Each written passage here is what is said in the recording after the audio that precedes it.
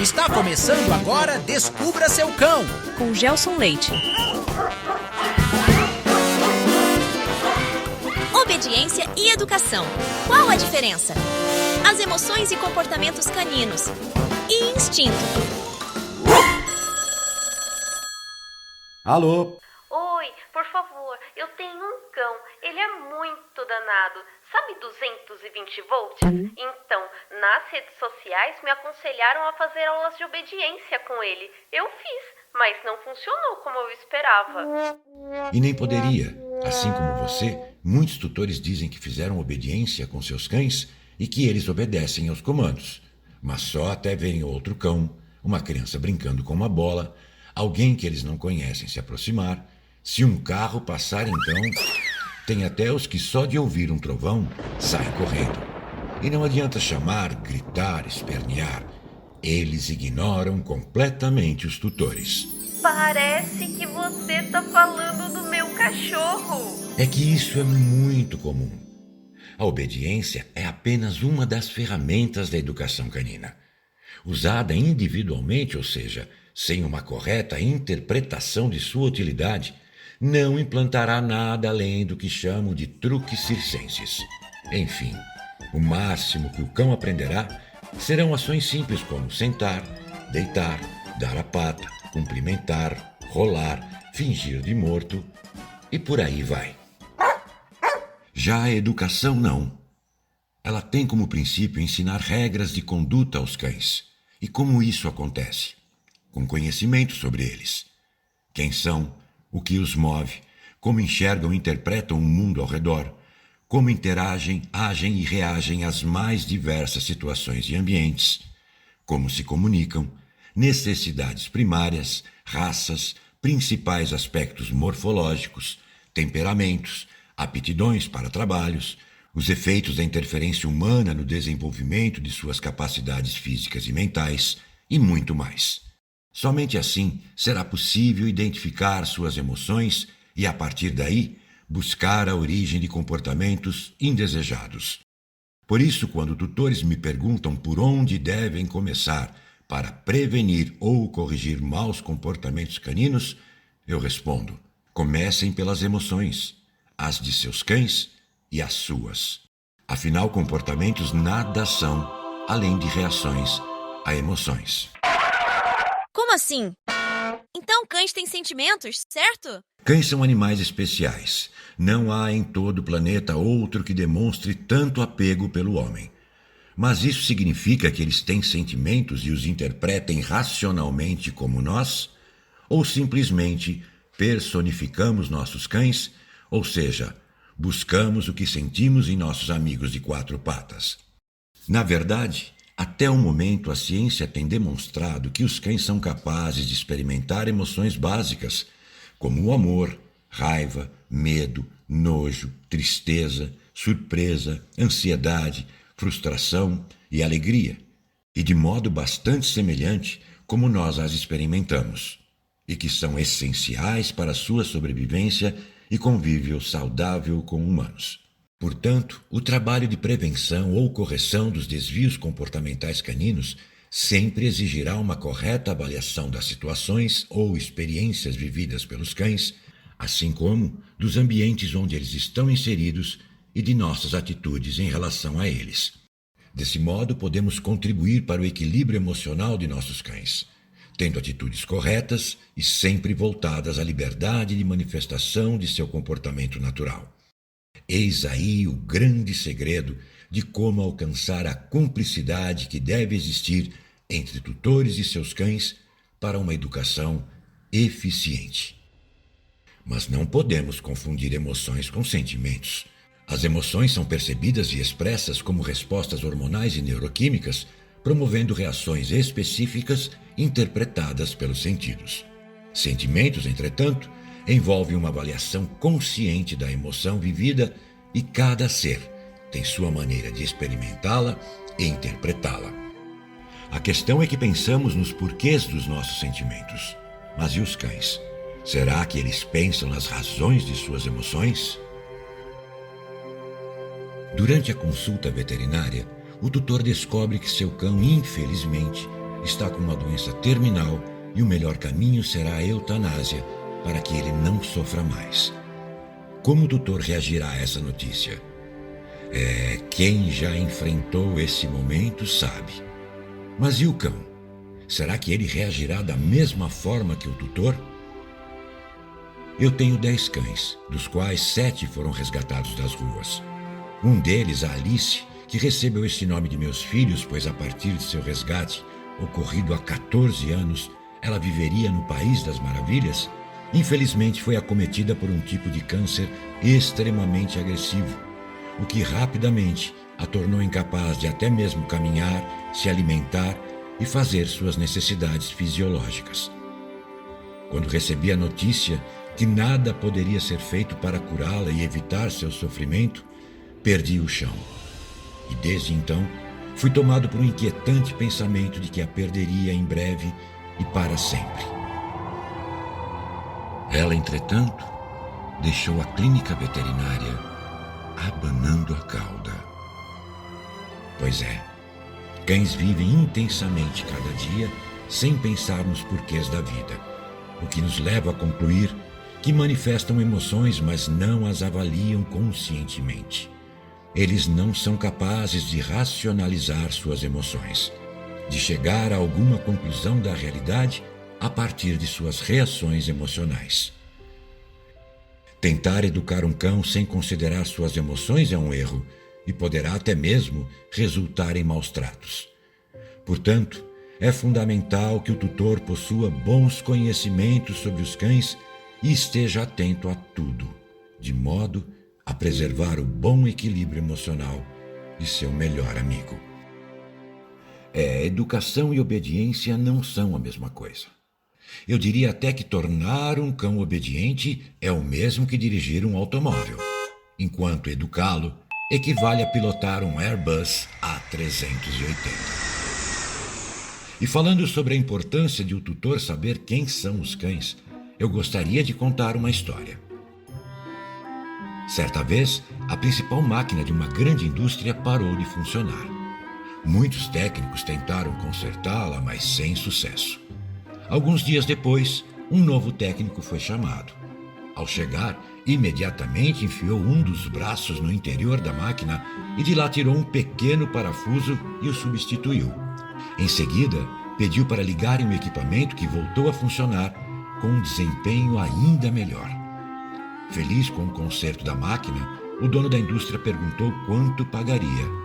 E o técnico respondeu R$5.000 e explicou: R$1 pelo parafuso e R$4.999 pela mão de obra. Considerando o valor da mão de obra abusivo, o dono da empresa questionou irritado: R$4.999 pela mão de obra? E o técnico respondeu: Claro, trocar o parafuso foi fácil. Difícil foi estudar durante anos para saber que esse tipo de máquina pode parar por causa de um simples parafuso.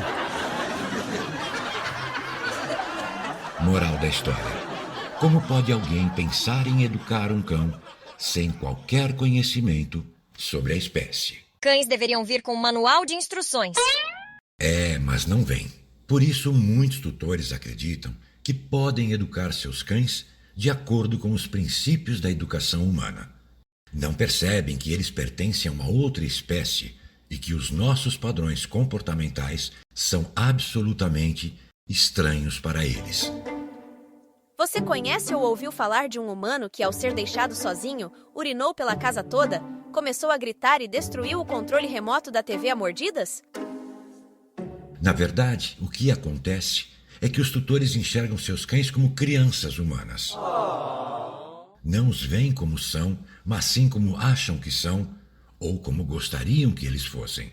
O que parece bastante natural, pois com a domesticação, esses inigualáveis companheiros passaram pelo fenômeno denominado pedomorfose ou juvenilização, adquirindo características juvenis mesmo quando adultos. Bem, a partir daí, imaginam que é possível padronizar o comportamento desses nossos amigos, tendo como base valores e comportamentos humanos. Eis aí a razão de as redes sociais estarem lotadas de tutores perguntando como corrigir os maus comportamentos de seus fiéis companheiros. Lembro que o fato de alguém ter vivenciado um determinado problema comportamental com o seu cão não o torna um especialista. Assim como é pouco provável que um profissional sério de educação e reabilitação comportamental canina distribua gratuitamente pela internet conselhos a tutores sem antes, como já mencionei, observar, analisar e compreender a origem de um ou mais comportamentos indesejados.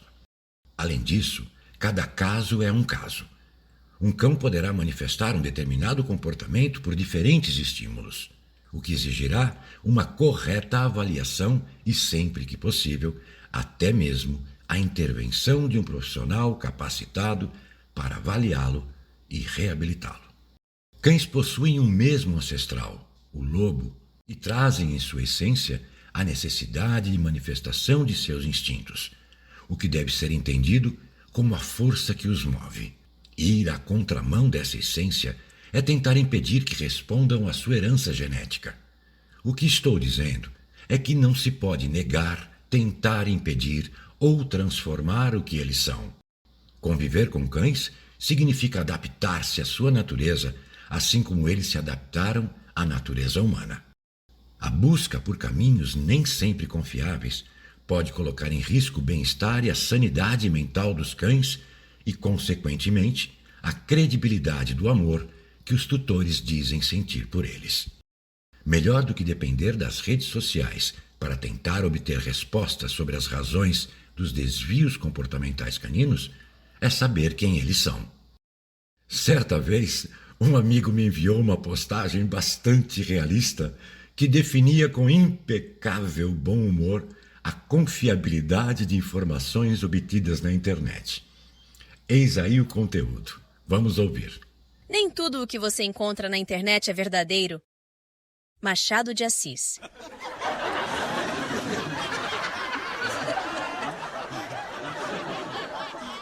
Cães não são e nem devem ser tratados como cobaias. Sem um correto diagnóstico, não há chances de cura, e hipóteses podem facilmente levar ao erro. E o pior é que essa corrida frenética de tutores nas redes sociais em busca de soluções para os mais diversos problemas de seus cães não se limita somente à questão comportamental. Infelizmente, também ocorre em relação à saúde física do melhor amigo do homem, o que é lamentável. Bem, vamos falar sobre isso já, logo após o bloco Curiosidades, que começa agora.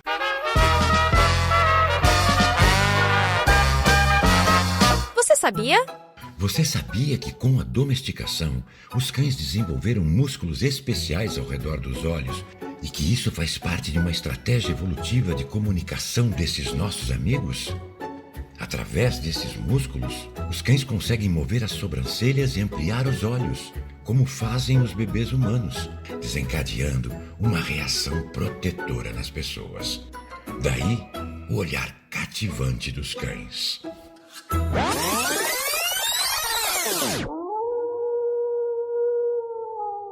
Assim como qualquer ser vivo, os cães também estão sujeitos a ter problemas de saúde, desenvolvendo doenças específicas da espécie e que podem ter origem de uma disfunção do organismo, ser causadas por agentes externos ou fatores ambientais, além de acidentes cotidianos, ferimentos, envenenamentos, envelhecimento e, é claro, por desequilíbrio emocional. Infelizmente, tenho encontrado na internet, especialmente em grupos das redes sociais, inúmeros tutores fazendo perguntas tais como: o que pode ser? O que devo fazer? Alguém já passou por isso? Algum remédio para indicar? Ignorando completamente a necessidade de um diagnóstico e tratamento corretos para cada caso, o que somente pode ser oferecido por um médico veterinário. Esses tutores esquecem ou não sabem que um mesmo sintoma pode ter origens e níveis de gravidade diferentes, exigindo tratamentos específicos, e isso poderá prorrogar o sofrimento e até colocar em risco a vida de seus cães. Ora, hoje as expressões membros da família e filhos têm sido muito utilizadas por milhões de tutores referindo-se aos seus cães. E fica aqui uma pergunta. Se um membro da família, um humano, adoecer, você o leva ao médico ou pergunta na internet o que fazer? Portanto, quando os cães adoecem, não se deve esquecer que veterinários são imprescindíveis. Mas antes que alguém pense ou diga, esse cara deve ser veterinário, já adianto que não sou. Admito que ainda muito jovem até acreditei que poderia ser um médico veterinário e que me empenhei muito para alcançar esse objetivo. Mas mesmo depois de tanta luta, desisti. Definitivamente, eu não havia nascido para suportar a dor, o sofrimento e morte do ser que tanto me inspirou a escrever a minha história como educador canino. Em outubro próximo, será lançado em todo o Brasil meu livro, Cães, Só Amor Não Basta. E lá na introdução, conto como os cães surgiram em minha vida e os caminhos que trilhei, atendendo ao chamado do que entendi como uma vocação. Tudo para saber quem eles são. E foi descobrindo os cães que eu me descobri. Alô? Oi, eu de novo. Por que devemos levar em conta as emoções humanas para prevenir ou corrigir comportamentos caninos? Foi isso que você disse, né? Sim, e digo por quê. Porque elas interferem no estado emocional dos cães. Sério? Verdade. Mas para entender como isso acontece, primeiro precisamos entender o que são as emoções humanas. A emoção é uma alteração intensa e passageira do ânimo, podendo ser agradável ou não. É uma resposta do nosso organismo a um estímulo externo. E dependendo de sua intensidade, poderá apresentar correlações biológicas, ou seja, reações físicas tais como palidez, rubor, tremor, transpiração excessiva, choro, riso, desmaio ou até mesmo um AVC ou parada cardíaca, dependendo da emoção e de cada pessoa. Em suma, as emoções nada mais são que manifestações químicas que nos ajudam a enfrentar determinadas situações. Certamente você já ouviu falar que a capacidade olfativa dos cães é muitas vezes maior que a dos seres humanos, não é verdade? É que a membrana olfativa canina mede 130 centímetros cúbicos e possui entre 100 a 200 milhões de células receptoras, enquanto que no homem ela possui apenas 3 centímetros cúbicos e apenas 5 milhões de células receptoras. Por causa disso, o cão é capaz de memorizar até 100 mil cheiros. Interessante, não é? Assim, podemos dizer que o focinho governa o cérebro canino e que o olfato é para os cães o que a visão é para os humanos. Usando o olfato, os cães podem naturalmente observar e reconhecer ambientes, trocar informações com seus congêneres e humanos, sentir o cheiro do perigo e antecipá-lo, identificar pessoas. Enfim, é por meio da captação dos cheiros que os cães percebem ambientes e interagem com o mundo ao redor, satisfazendo suas necessidades físicas e principalmente cognitivas ou mentais. E fazem isso captando o cheiro de hormônios, feromônios, substâncias metabólicas, secreções sebáceas e sudoríparas. É a chamada comunicação química. Por isso, ao detectarem um determinado odor, os cães imediatamente entram no modo de rastreamento e, a partir daí, nada parece ter o poder de dissuadi-los da missão de localizar sua origem, nem mesmo os insistentes apelos de seus tutores. A excitação provocada em cães como resposta a odores é bastante perceptível, até mesmo para os menos atentos às manifestações comportamentais caninas. Evidentemente, inibir essa conduta natural dos cães não é algo simples, pois seria o mesmo que ir à contramão da natureza canina e também da grande influência da seleção das raças realizada pelo homem. Mas além de absolutamente natural, é extremamente útil quando enxergamos nesse poder sensorial canino a possibilidade de realização de importantes serviços que tanto beneficiam a sociedade humana, como a detecção de doenças, a presença de entorpecentes, busca por pessoas perdidas ou sob escombros, etc. Mas o mais impressionante é que os cães conseguem até mesmo sentir o cheiro das emoções humanas. É verdade. Eles são capazes de reconhecê-las reagindo positiva ou negativamente. Assim, é possível afirmar que os sentimentos humanos interferem no modo de reagir dos cães, tornando-os sempre sujeitos aos nossos humores. Essa capacidade, somada a vários anos de domesticação, contribuiu para que a voz e gestos comuns à irritação ou satisfação humanas se tornassem uma desnecessária confirmação do que o cão captou por meio de seu impressionante olfato. Nesse caso, se os cães pudessem falar com palavras, diriam aos seus tutores: Não precisa gritar, não. Eu já sei que hoje você acordou de ovo virado. Ai, ai, ai. Martha, my dear, though I've spent my days in conversations, please remember me. E por falar em cães e emoções, que tal também falar um pouco sobre até onde o amor que sentimos por esses animais incríveis pode nos levar? Essa canção que estamos ouvindo está no álbum The Beatles, também conhecido apenas como Álbum Branco, e foi composta em 1968 por Paul McCartney para expressar seu imenso amor por Martha, uma linda cadela da raça Old English Sheepdog. Take a good look around you. Take a good look around to see that you and me were meant to be with each other. Silly girl. Na composição, como acabamos de ouvir, há versos como: Martha, minha querida, dê uma boa olhada ao seu redor e veja que fomos feitos um para o outro. Lindo, não é?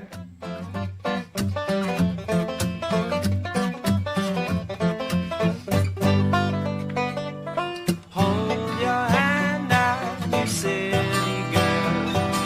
Look what you've done. When you find yourself in the thick of it, help yourself to a bit of what is all around you. Silly girl. Não há como não amar os cães. Por isso mesmo, é preciso estar atento para que nada interfira na boa conexão que devemos ter com os nossos melhores amigos. Be good to me, Martha, my love, Tá, e aí você pergunta: e como alcançamos esse objetivo? my dear. Sabendo quem são os cães.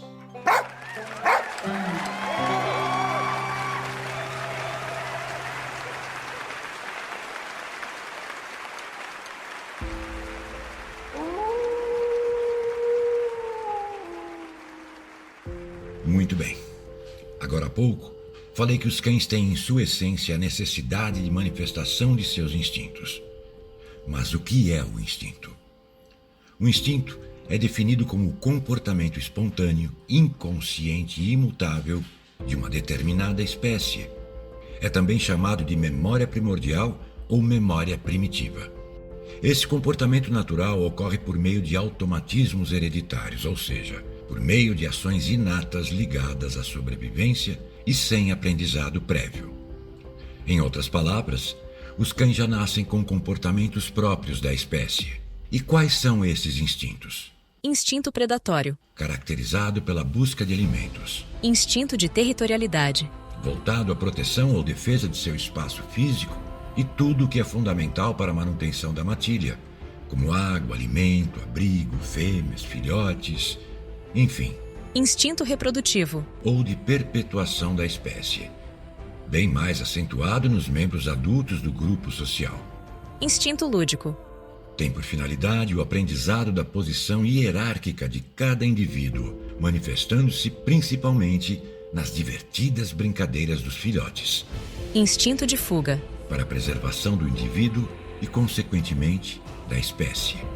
E, por fim, Instinto gregário. conhecido também como instinto dos laços sociais, que visa estabelecer posições e funções de cada um dos membros do grupo social.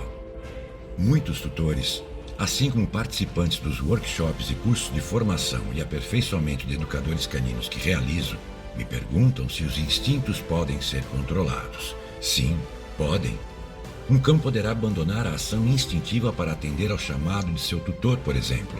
Mas será que isso significa que o treinamento precede o instinto? Não. Tentar anular o instinto por meio de treinamento é ir contra a memória primordial da espécie.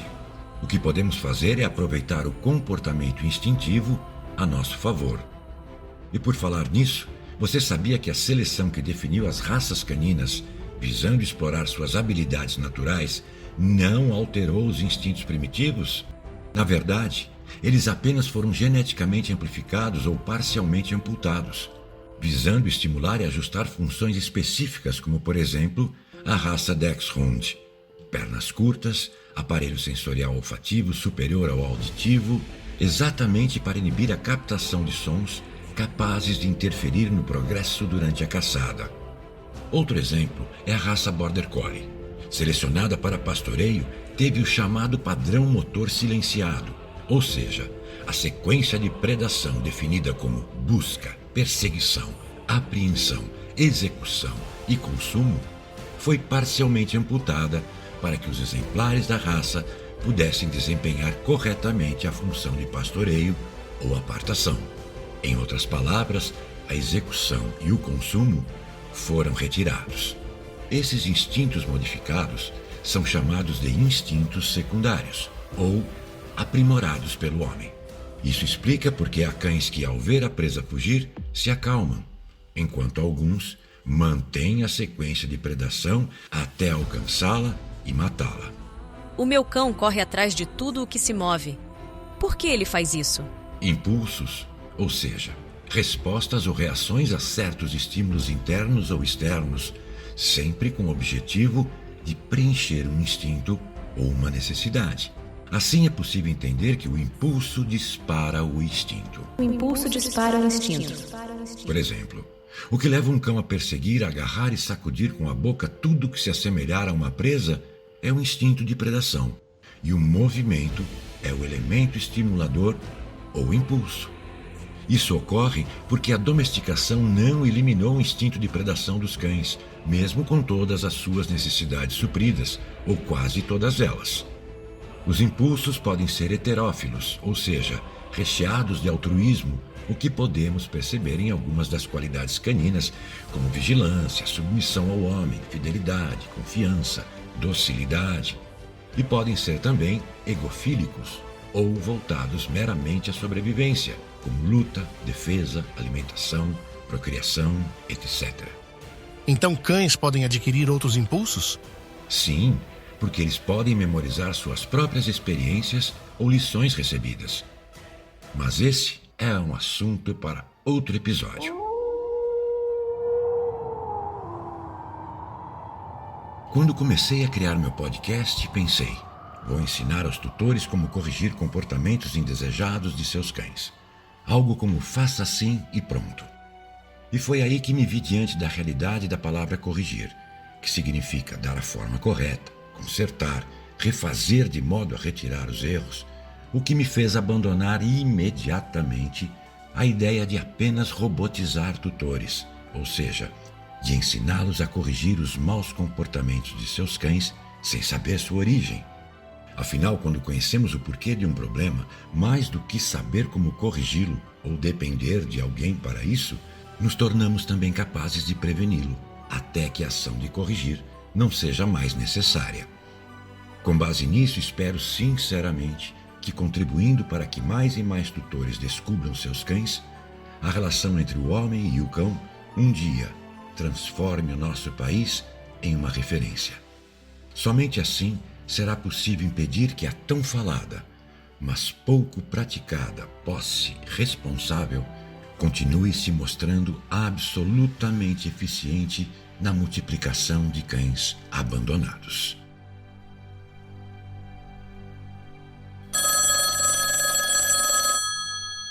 Alô? Sabe aquela do cachorro que...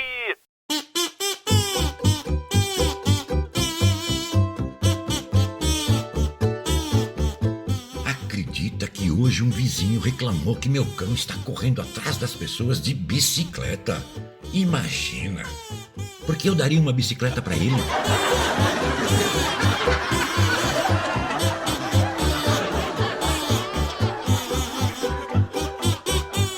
Dois tutores caninos se encontram na rua e um deles diz: "Você sabia que o meu cão é tão inteligente que consegue até ler jornal?"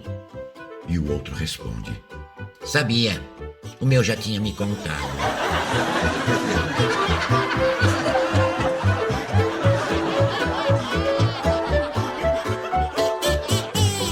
Aí um cão diz para o outro: Nunca desista de seus sonhos. Se acabarem na padaria perto de sua casa, procure outra.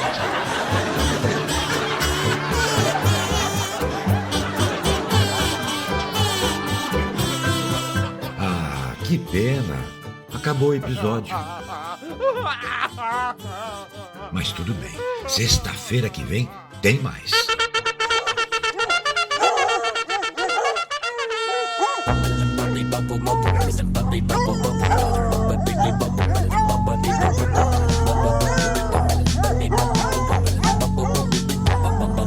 E no próximo episódio de Descubra Seu Cão, o tão falado amor incondicional canino, etologia, mudança de atitudes e muito mais. Até lá!